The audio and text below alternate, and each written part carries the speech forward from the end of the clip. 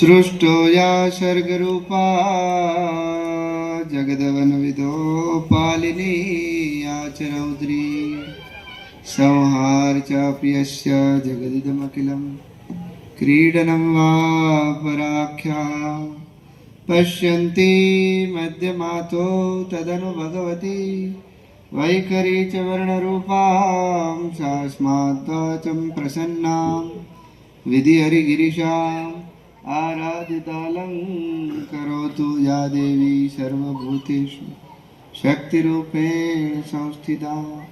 नमस्तस्यै नमस्तस्यै नमस्तस्यै नमो नमः। आजाद चौकना आ प्रांगणમાં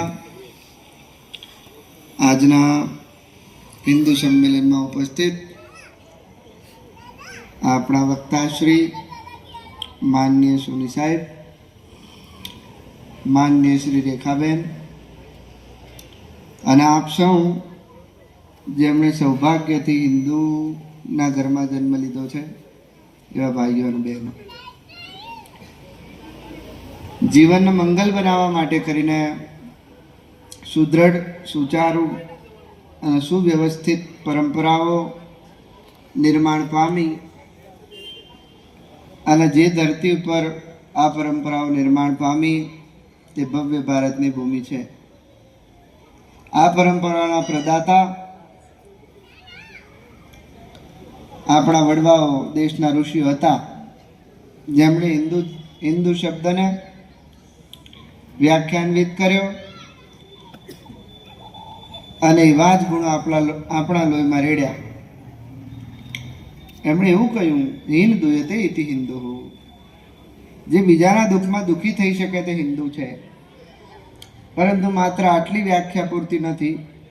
આગળ વધ્યા કે દુઃખમાં દુઃખી થઈ શકે તે તો હિન્દુ છે જ, પણ જે બીજાના સુખમાં સુખી પણ થઈ શકે તે હિન્દુ છે.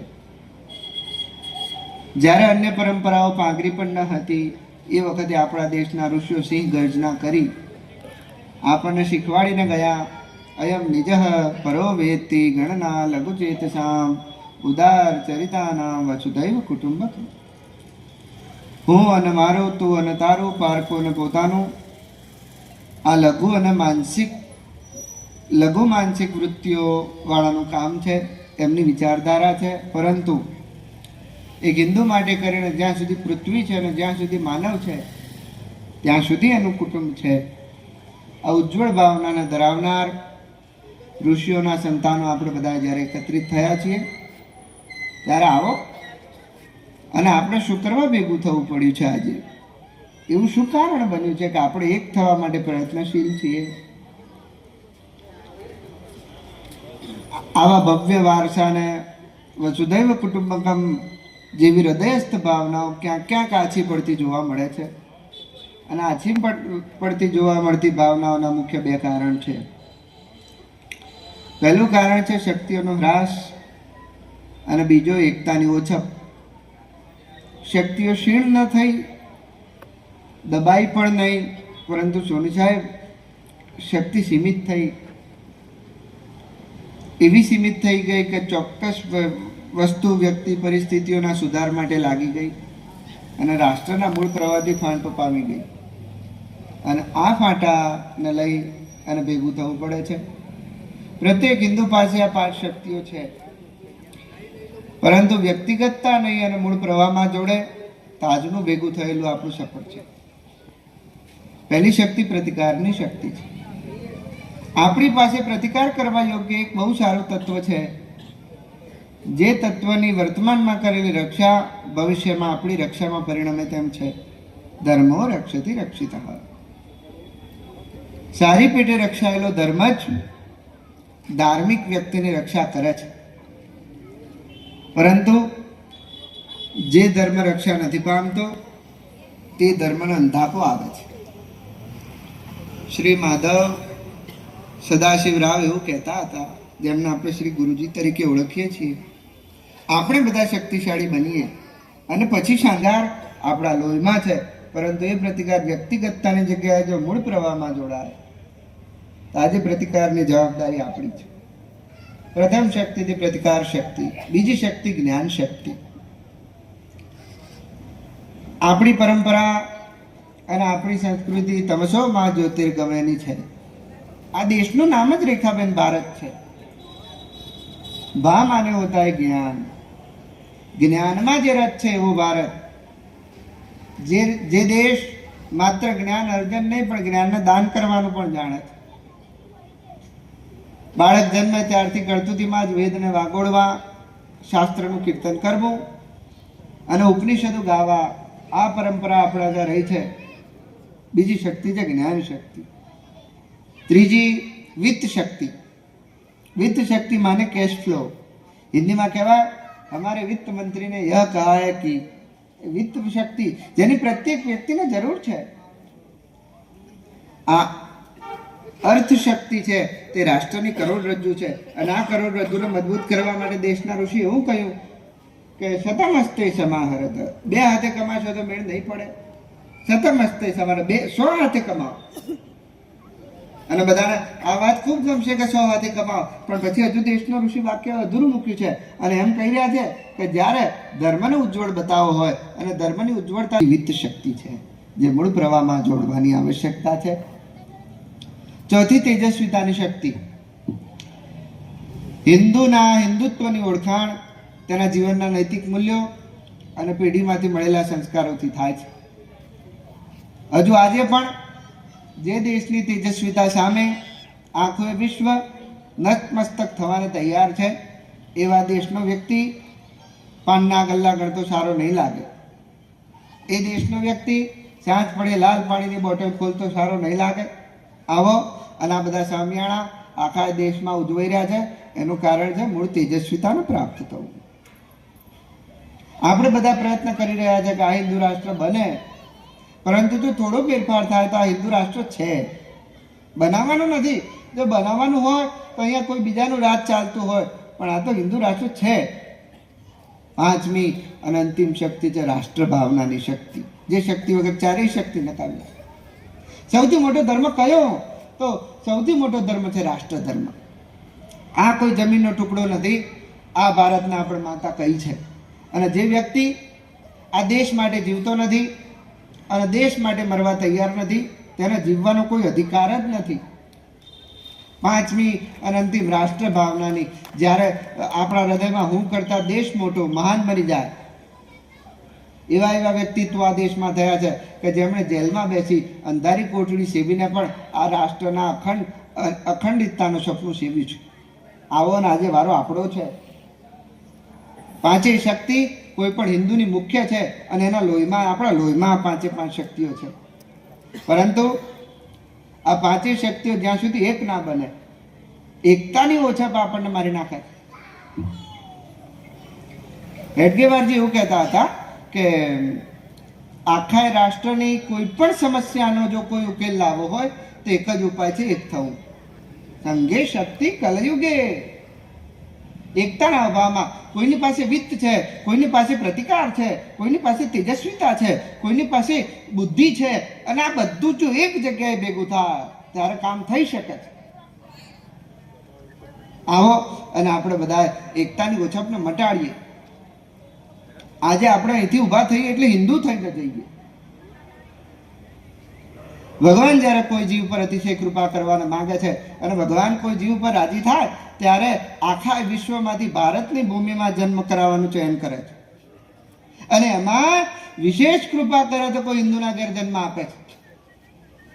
અને સોની સાહેબ, એમાંય ભગવાન જો વિશેષ કૃપા, એનાથી વિશેષ કૃપા કરે તો કોઈ રાષ્ટ્રભક્તના ઘરે જન્મ આપે છે. અને પરમાત્મા જો પોતાની અંતિમ કૃપા કરવાને માંગે તો ભારત, એમાં હિન્દુ, એમાં રાષ્ટ્રપ્રેમી અને પછી એક થવાની પ્રેરણા કરે છે. ભગવાન આજે સમગ્ર રાષ્ટ્ર ઉપર ખૂબ રાજી છે. એક થવાની પ્રેરણા પ્રત્યેકના હૃદયમાં કરી છે. આવો, મારા ખૂબ જ સાદું વાત કરું છું. આપણે ફરીથી પોતાની શક્તિઓને જાગૃત કરીને રાષ્ટ્રના મૂળ પ્રવાહમાં જોડીએ. છેલ્લા 100 વર્ષથી આરએસએસ રાષ્ટ્રીય સ્વયંસેવક સંઘ આ કાર્ય કરી રહ્યું છે. આના માટે પ્રયત્નશીલ છે. આપણા મૂળ સંસ્કારો જો પાછા લાવવા હશે તો આપણા બાળકને શાખામાં જવાની ટેવ પાડવી પડશે. આવો, અને એના સિવાયનો કોઈ ઉપાય અત્યાર સુધી મને જડ્યો નથી 24 વર્ષમાં. અને આ એકમાત્ર ઉપાય છે. અહીંયા જે બેઠા છે સોની સાહેબ, એમણે મારી પોતાની શાખા લીધેલી છે, અને એકમાત્ર ઉપાય દેખાય છે. શિક્ષિત બનીએ, સંગઠિત બનીએ, સંસ્કારિત બનીએ અને શક્તિશાળી બનીએ એવી અભ્યર્થના અને આશીર્વાદ સાથે ભારત માતા કી.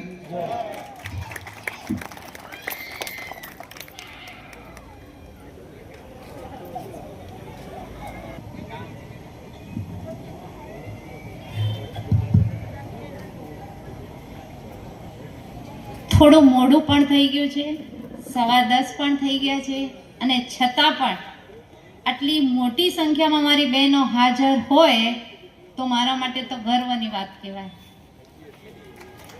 શા માટે ગર્વની વાત કહેવાય? અહીંયા સંતશ્રી ઉપસ્થિત છે, કારણ કે અત્યારે તમારો સિરિયલનો ટાઈમ કહેવાય, બરાબર, અને આ ટાઈમ તો મેં કોઈને ન આપીએ. અને આજે આ મારી બહેનોએ કહ્યું કે ભારતની વાત હોય અને ભારતનું કામ હોય તો અમારા માટે એના સિવાય બીજું કોઈ મહત્વનું કામ નથી, બરાબર. તો આપણે બધાએ પેલા પોતાના બંને હાથની મુઠ્ઠી વાળી, હાથ અધર કરી અને શક્તિથી અને ભક્તિથી ભારત માતાનો જયકારો બોલીએ. બોલો ભારત માતા કી. અતિ સુંદર. મંચસ્થ મહાનુભાવો અને ઉપસ્થિત મંત્રીના ચરણોમાં મારા કોટી કોટી પ્રણામ. ભારત, સંતશ્રીએ કીધું કે ભારત એ નામ જ ભાઈ એટલે જ્ઞાનની વાત છે. આખા વિશ્વમાં જાણીએ છીએ કે ભારત વિશ્વના દરેક દેશોથી સંસ્કૃતિ, સંસ્કાર, વેદ, ઉપનિષદ, ભાષા, પહેરવેશ દરેકમાં અલગ છે અને પોતાની આગવી ઓળખ ધરાવે છે. એના આ જે અમૂલ્ય રત્નો છે એ જ એની તાકાત છે. આપણે સૌ આ બધી પરિસ્થિતિઓથી, આ બધી વાતોથી આપણે જાણકાર છીએ. ભારતની એક મજબૂત અને કરોડરજ્જુ સમાન તાકાત છે, એ છે એની કુટુંબ વ્યવસ્થા. કુટુંબ વ્યવસ્થા જે ભારતને અને આ સંસ્કૃતિ અને સંસ્કારોને મજબૂતી જકડી રાખે છે. પરંતુ અત્યારે આપણે જોઈએ છીએ કે મુગલો, અંગ્રેજો આપણા દેશને છોડીને ગયા, પરંતુ છતાં પણ આપણી સંસ્કૃતિ અને સંસ્કારો એમાં કેદ છે. કઈ રીતે કેદ છે? આપણે શિવાજી, મહારાણા પ્રતાપ, ઝાંસીની રાણી, એમને કોઈને લડતા જોયા છે? કોઈએ નથી જોયા. પણ છતાં પણ એના વિશે આપણે સૌ જાણીએ છીએ. કેવી રીતે જાણીએ છીએ? આપણા પૂર્વજો સંયુક્ત કુટુંબમાં રહી, આપણી સાથે સંવાદ કરી અને આ દરેકની ગાથાઓને આપણા સુધી પહોંચાડી છે. પરંતુ ક્યાં આપણને એવું લાગે છે કે આપણે આ ગાથાઓ, આ આપણો ઇતિહાસ, આપણી આ અમૂલ્ય રત્નો, આ સંસ્કારો, આ સંસ્કૃતિને આપણા આવનારી પેઢી સુધી પહોંચાડીએ છીએ? આ કહેવાતી આધુનિકરણ, પશ્ચિમીકરણમાં આપણી આ આંધળી દોડ ક્યાંક આપણા વિભક્ત કુટુંબોને પ્રોત્સાહિત તો નથી કરી રહી ને? ખાસ આ વાત તો બહેનો માટે ચિંતિત છે, કારણ કે જ્યારે સંયુક્ત કુટુંબમાં રહેતા હતા ત્યારે એક બાળકને ઉછેરવાની જવાબદારી પરિવારના દરેક સભ્યોને હતી. એટલે દરેક સભ્ય પોતપોતાનું કામ વહેંચી લેતા હતા અને એમાં 100% આપવાની કોશિશ કરતા હતા.